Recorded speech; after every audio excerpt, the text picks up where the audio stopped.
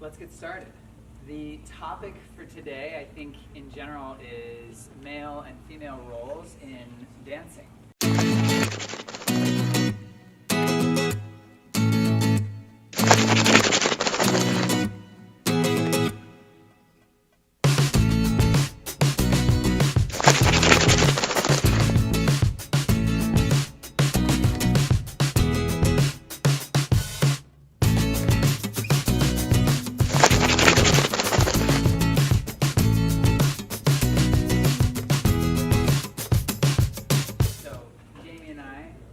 Dancing together, and we, over our years of dancing, have heard a lot from coaches and also kind of from our experience gained what we feel like is important as to dancing and being specific about the role that we play when we dance together, because typically ballroom dancing has celebrated the idea of gender opposition, or just opposition in general, having dynamics in everything: high, low, fast, slow, side to side, and as well in our partnership. And so understanding and recognizing the things that help us stand apart to then come together as a whole helps us, when we dance, to know kind of how we can fit into that role. So let's start from anything you want to add to what I said? First of all, the first thing all men need to know is we never should silence our partner. Always give them a place to speak, because we usually forget everything anyway. So, partner dancing. I mean, we have all levels of dancing, right? We have social dancing, we have syllabus dancing, we have open dancing, all of which I think uniquely came from, let's say, just freestyle dancing. We step into partner dancing, where all of a sudden we go from dancing by ourselves to then asking a partner to come and dance in contact with us in some way, whether it's here or here. And then we translate that to ballroom dancing in a group and competing, and that's a big jump. But we think that a lot of the ideals that started here translate to ballroom and then to smooth.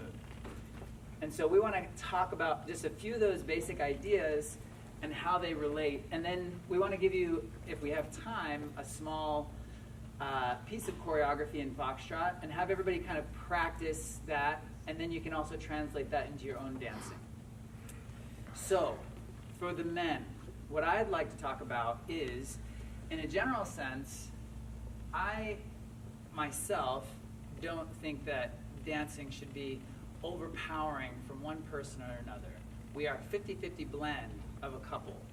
And so I, in my own dancing, feel like I invite the lady to do everything, and I don't tell her what to do. And I think that's true in life. I think in life we're happiest when we're asking each other to do things, and then we comply and we say, okay, let's go together. So when I'm dancing, I feel like, especially in competitive dancing, I try to do everything I can to present my partner to the audience. And that is natural to the first time we take hold. I'm holding my partner in my frame, presenting her not only for myself, but others around, right? And this, to me, is very important. Having the concept of the men from that basic hold, we have something very important. We have eye contact and we have a frame. And we talk about this all the time. From the very beginning, we talk about this frame that we're creating and how we're presenting our partner. So I think it's obvious in closed dance position in ballroom, we still maintain that idea of this frame. And everything we do presents our partner as much as we can. But now, even more so important, when we go to these open positions, as a male dancer, as much as I can, I want to try and always continue to take this dance hold and extend that into space. So as I am dancing, as much as I can, I'm always trying to give reference to my partner, so that no matter what, if somebody, for whatever reason, wants to watch me, they'll immediately want to be turned to watching my partner because of the actions that I'm doing, physically and visually.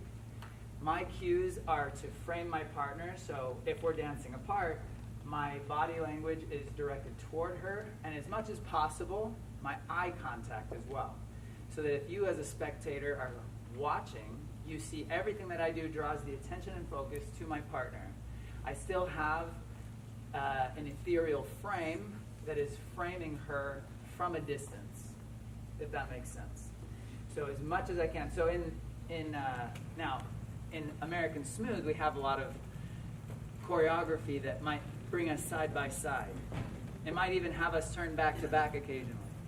As much as possible, I want to try and use my body language to always be shaping toward my partner with eye contact. Even when looking away, I want to try and have my eye contact be directed toward her and my posture in a way that it would direct your eye to my partner. So that even at the last minute, I'm still watching her, telling everybody, this is my focus. That is the basis of what I would like to lay out today in our lecture and in our small section of choreography that we do. Anything you want to add to what you want the men to do? Yeah, I mean, ultimately it's all about the ladies. I mean, did you guys see that? Is there anything else you want me to do? I mean, that's really what it comes down to. Exactly.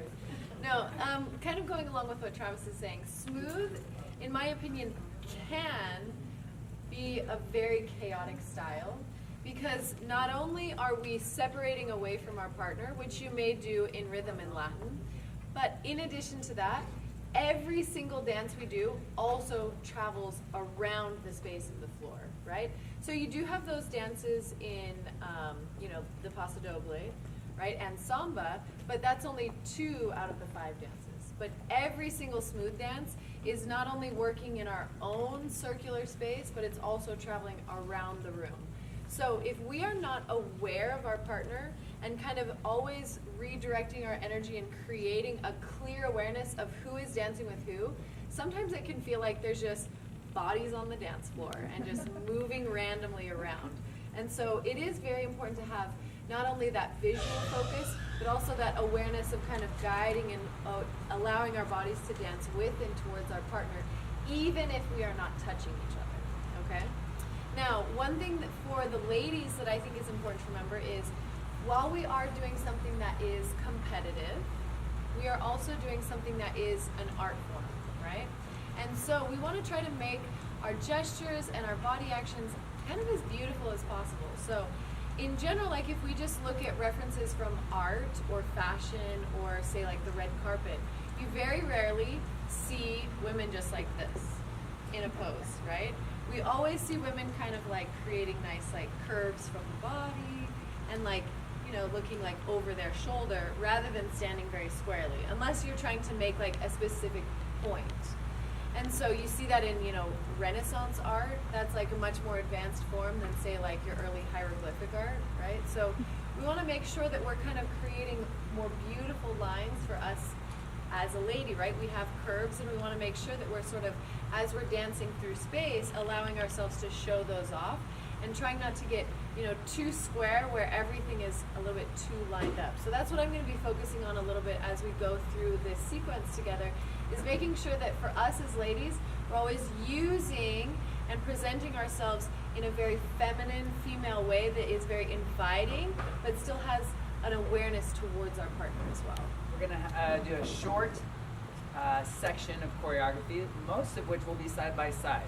So we'll want to talk about, when we're not touching, how to still maintain that masculine and feminine role in our dancing, even if we're doing the same steps. Okay? So first we're going to demonstrate, and then we'll start breaking it down, and then we'll talk as we go, okay? So here's what it will look like. Okay.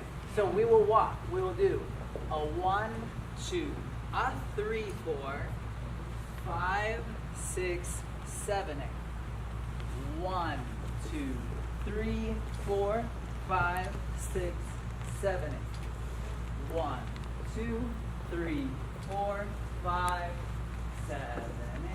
1, 3, 4. Okay? Second nature to us, and also helps keep pulling us away from just thinking about the smallest little detail. It helps us focus on our partner, which draws us to something that's ultimately really important on the dance floor, which we call chemistry. When you watch people dance on the dance, or if they're on screen, or if they're on a stage, we talk about chemistry. And chemistry, the foundation of chemistry, is what we're talking about.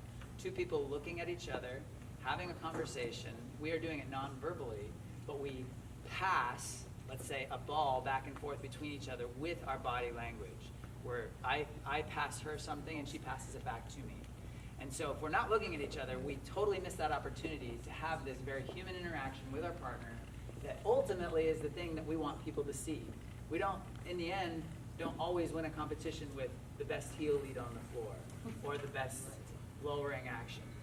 We win it with a combination of things, and this is really, in the end, what connects with everybody, I think. So. Yeah. There's one more note about that. Even though your eyes are a pretty small part of your body, they carry a lot of power. Like when you think about it, if you're having a conversation with somebody and the entire time you're talking to them, they just keep looking down, eventually you start to go, what do I have on my shirt? Or like, oh, something in my teeth. Like, you know it because the way they keep glancing in that direction is drawing and your focus and your energy there. So it is very important that, again, we're not just like kind of like glassy-eyed looking there. There's a lot of power when you allow yourself to, like I said, see your partner. Not just look in their direction, but actually see them.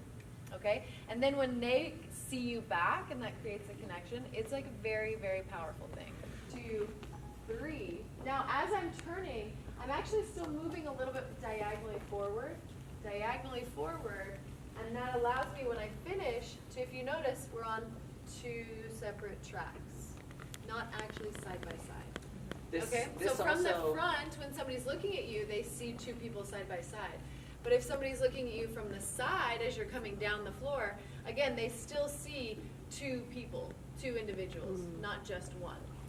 This also gives a chance for the men to keep the ladies in their field of vision easily, so that I can always, 1, be watching a nice looking girl, but 2, I'm also telling the audience where I want my focus and where I want their focus. With your partner, we can do the first step point and have our standing leg settle into the hip if we want, so that we're here with our right hip up. Or we can also do it where we accentuate and lift the left hip. So this will be in coordination with your partner and what feels comfortable and what looks good on you. What feels good. Yeah, level or you can also works. We like to work in polarity. We feel like it makes a greater contrast, but neutral will also work. It just depends on what looks good on you and your partner. Yeah. I mean, the nice thing about moments like this is it does give you a lot of like artistic freedom, right? So you don't have to, not every single lady in the room has to do the exact same arms or the exact same way of moving her hips.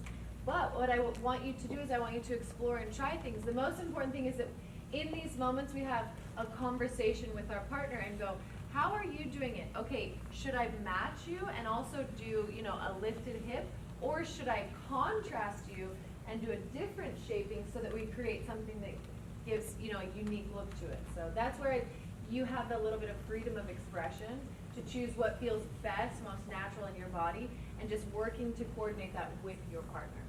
Okay? So we're now coming to the end of our lecture, but how about we do this?